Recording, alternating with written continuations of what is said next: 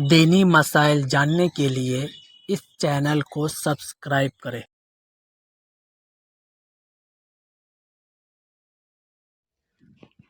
السلام علیکم ورحمۃ اللہ وبرکاتہ۔ استحاضہ اور حیض کے خون میں کیا فرق ہے؟ یہ ایک اہم مسائل ہے جس کو جاننا خاص کر کے ہر عورتوں کو جاننا ضروری ہے۔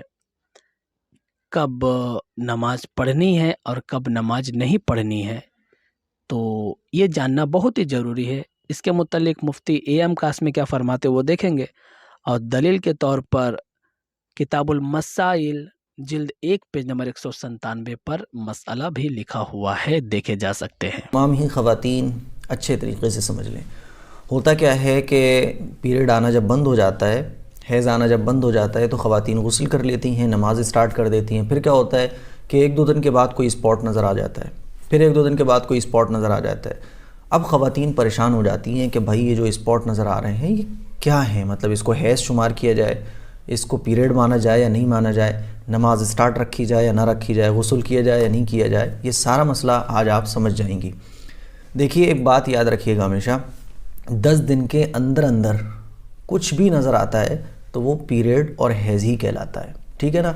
فار ایگزامپل کسی کو 5 دن پیریڈ آتا ہے، پیریڈ آنا بند ہو 5 دن کے بعد، اس خاتون نے غسل کیا، نماز بھی شروع کر دی۔ اب نماز شروع کرنے کے بعد 1-2 دن کے بعد کوئی اسپاٹ نظر آ گیا، تو چونکہ یہ 10 دن کے اندر اندر نظر آیا ہے تو 10 دن کے اندر اندر جو بھی ہوگا وہ پیریڈ ہی ہوگا، ٹھیک ہے نا۔ تو 5 دن کے بعد غسل کیا اور 7ویں دن پھر کوئی اسپاٹ نظر آ گیا، تو یہ 7 دن جو ہیں وہ پیریڈ کے مانے جائیں گے، ٹھیک ہے۔ اب وہ اسپاٹ دکھا، پھر اس کے بعد آپ کو غسل کرنا ہے دوبارہ، کیونکہ یہ بھی ہو سکتا ہے کہ بھئی اب پیریڈ بند ہو گیا ہونا اور آئندہ کا پتہ نہیں ہے۔ پھر آپ دوبارہ غسل کریں گی اور اس کے بعد نماز اسٹارٹ کر دیں گی۔ پھر 9ویں دن کوئی اسپاٹ نظر آ جاتا ہے، تو چونکہ یہ 10 دن کے اندر اندر ہے، اسی لیے پورے کے پورے 9 دن جو ہیں وہ حیض شمار ہوں گے، پیریڈ کے شمار ہوں گے، ٹھیک ہے۔ تو یہ بات یاد رکھیے گا کہ 10 دن کے اندر اندر اگر کوئی اسپاٹ نظر آتا ہے وہ سارا کا سارا پیریڈ اور حیض ہی مانا جائے گا۔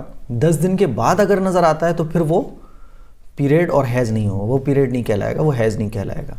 تو اگر کسی کی عادت 5 دن ہے، پیریڈ آنا بند ہو گیا، اس خاتون نے غسل بھی کر لیا، پھر 2 دن کے بعد کوئی اسپاٹ نظر آ جاتا ہے، تو پھر یہ حیض کہلائے گا۔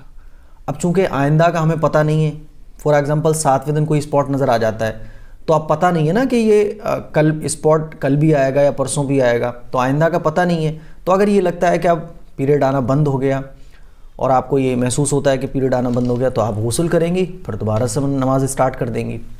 اب 10 دن سے پہلے 9ویں دن پھر اسپاٹ کوئی نظر آ جاتا ہے، تو یہ پورا کا پورا ٹائم پیریڈ شمار کہلائے، پیریڈ شمار کیا جائے گا، حیض کا شمار کیا جائے گا۔ تو بہت آسانی کے ساتھ میں سمجھانے کی کوشش کر رہا ہوں کہ 10 دن کے اندر اندر کوئی اسپاٹ وغیرہ کچھ بھی نظر آتا ہے تو وہ سارا کا سارا پیریڈ ہی شمار ہوگا، اور یہ سارے کا سارا ٹائم آپ کا حیض ہی شمار ہوگا۔ لیکن چونکہ یہ جب آپ کو یہ محسوس ہو کہ صاحب ہم پاک ہو گئے، اب پیریڈ بند ہو گیا نا، تو آئندہ کا ہمیں پتہ نہیں ہے، تو آئندہ کا جب پتہ نہیں ہے اسی لیے ہمیں غسل بھی کرنا ہوگا اور نمازیں بھی سٹارٹ کرنی ہے۔